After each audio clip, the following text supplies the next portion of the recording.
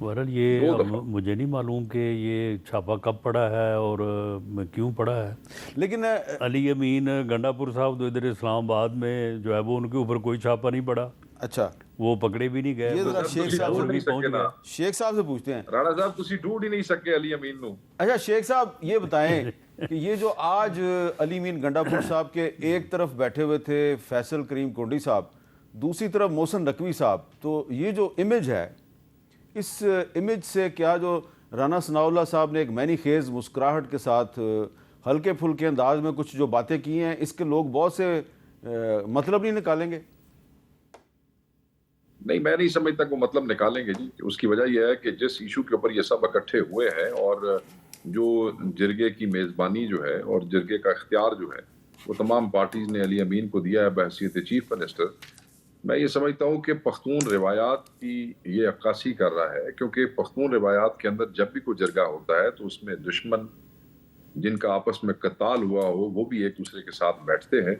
اور آپ نے دیکھا کہ کتنا سینسیٹیو ایشو تھا کہ جب انٹیریئر منسٹری کے ایک ڈائریکٹیو کے اوپر انہی کی گورنمنٹ کا انسٹالڈ آئی جی جو ہے وہ یہ سارا آپریشن کرتا ہے, اور اس میں کس طریقے سے حکومت وقت جو ہے جو وہاں پہ ہے اس وقت صوبائی حکومت, اس کے لیے پختونوں کے جرگے کے لیے, کیونکہ وہ جرگہ بلایا تو پی ٹی ایم نے تھا بٹ وہ آل پختون گرینڈ ایک جرگہ تھا.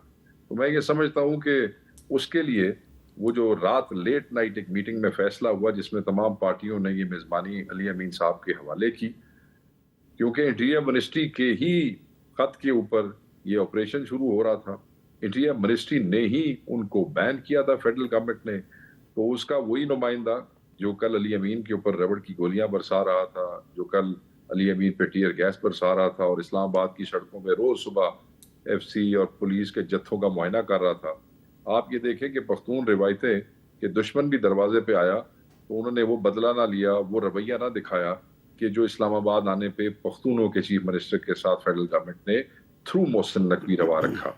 گورنر کا وہاں بیٹھنا اس لیے ضروری تھا کیونکہ ٹرائبل معاملات میں آپ کو پتہ ہے, آپ ان چیزوں کو جانتے ہیں کہ گورنر کی پریکٹیکل بہت سی وہ ایک رول ہوتا ہے فیڈرل گورنمنٹ کی طرف سے. تو اس نے فور اے گرینڈ جرگہ اور ایک پختون اس کے حق میں بہترین میزبانی کا اور پختونوں کی روایت کی جو ہے وہ پاس رکھا ہے. میں یہ سمجھتا ہوں کہ اس کے صبر اور ہمت کی مثال جو ہے وہ شاید نہ ملے کہ 2 دن پہلے آپ اس کے ساتھ اسلام آباد میں کیا کر رہے ہیں, آج آپ اس کے کیپٹل میں بیٹھے ہیں. اچھا لیکن اور وہ آپ کے ساتھ کیا کر رہا ہے. شیخ صاحب جو رانا ثناء اللہ صاحب کہہ رہے ہیں کہ بلاول صاحب کی اور نواز شریف صاحب کی جو ملاقات ہوئی اس میں بھی یہ فیصلہ ہوا, مولانا فضل الرحمان سے بھی یہ طے ہوا ہے کہ جو بھی آئینی ترمیم آئے گی کنسنسس کے ساتھ آئے گی, اور رانا صاحب نے بڑے واضح الفاظ میں کہا ہے, آپ نے بھی سنا ہوگا کہ وہ چاہتے ہیں کہ اس کنسنسس میں پی ٹی آئی کو بھی شامل کیا جائے. تو یہ آپ نہیں سمجھتے کہ یہ ایک بڑی مثبت پیش رفت ہے اور ایک بڑا ایک گڈ ول جیسچر ہے رانا صاحب کی طرف سے؟ نہیں, شیخ صاحب نے بڑی مہارت کے ساتھ جو ہے نا یہ ساری چیز کو لپیٹا مارا ہے پختون روایات کے چکر میں. تو یہ پختون روایات ہیں تو کیا پاکستان کی کوئی روایات نہیں ہے؟ پاکستان کی کوئی سیاسی روایات ایسی نہیں ہے کہ یہی مظاہرہ جو ہے وہ پاکستان لیول پہ بھی جو ہے وہ کیا جانا چاہیے؟ صاحب پختون روایات اور پاکستان کی روایات ایک ہی ہیں. تو بس ایک ہی ہے نا, تو پھر اس لیول پہ کیوں نہیں بیٹھا جا سکتا جی؟ پاکستان کی خاطر کیوں نہیں بیٹھا جا سکتا؟ جی شیخ صاحب, رانا صاحب کہہ رہے ہیں کہ جی پختون روایات بھی ٹھیک ہیں, لیکن کیا پاکستان کے لیے یہ پختون روایات جو ہیں ان کو استعمال کرتے ہوئے مل کے بیٹھا نہیں جا سکتا؟ دیکھیں ہم تو ہمارا ایک بنیادی اعتراض رہا ہے ہمیشہ نہ بیٹھنے کی وجہ کے حوالے سے, مگر اس کے علاوہ ہم بات کر لیتے ہیں. رانا صاحب اس بات کے گواہ ہے کہ جب ہم نے رانا صاحب سے, میں بھی وہاں پہ موجود تھا, ہم نے ڈرافٹ ڈیمانڈ کیا تو ڈرافٹ موجود نہیں تھا, ایک ورکنگ پیپر تھا, اور ہم نے پھر اس بات پہ بھی اتفاق کیا کہ آپ ہمیں وہ ورکنگ پیپر ہی دے دیں تاکہ ہم اس کے اوپر اپنی لیگل کمیٹی کا اجلاس بلا لیتے ہیں, اور ہم اس کے اوپر ہمیں وہ ورکنگ پیپر بھی آج کی ڈیٹ تک کسی بھی طرف سے نہیں دیا گیا جو حکومت کا حق بنتا تھا. اور رانا صاحب نے رانا صاحب نے بڑا پازیٹیولی اسی وقت طارق صاحب سے رابطہ کیا کہ جی آپ کے پاس جو بھی ہے, کوئی ڈرافٹ ہے یا کوئی ورکنگ پیپر ہے, واٹ ایور از اویلیبل, وہ آپ ان کو دیں تاکہ یہ اپنا اجلاس بلائیں. یہ بیٹھے ہیں, ان سے آپ پوچھ لیں کہ ابھی تک ہمیں آفیشلی آپ کی طرف سے یا ان آفیشلی ہمیں پی ٹی آئی کو کوئی ورکنگ پیپر یا ڈرافٹ دیا گیا ہے اس حوالے سے.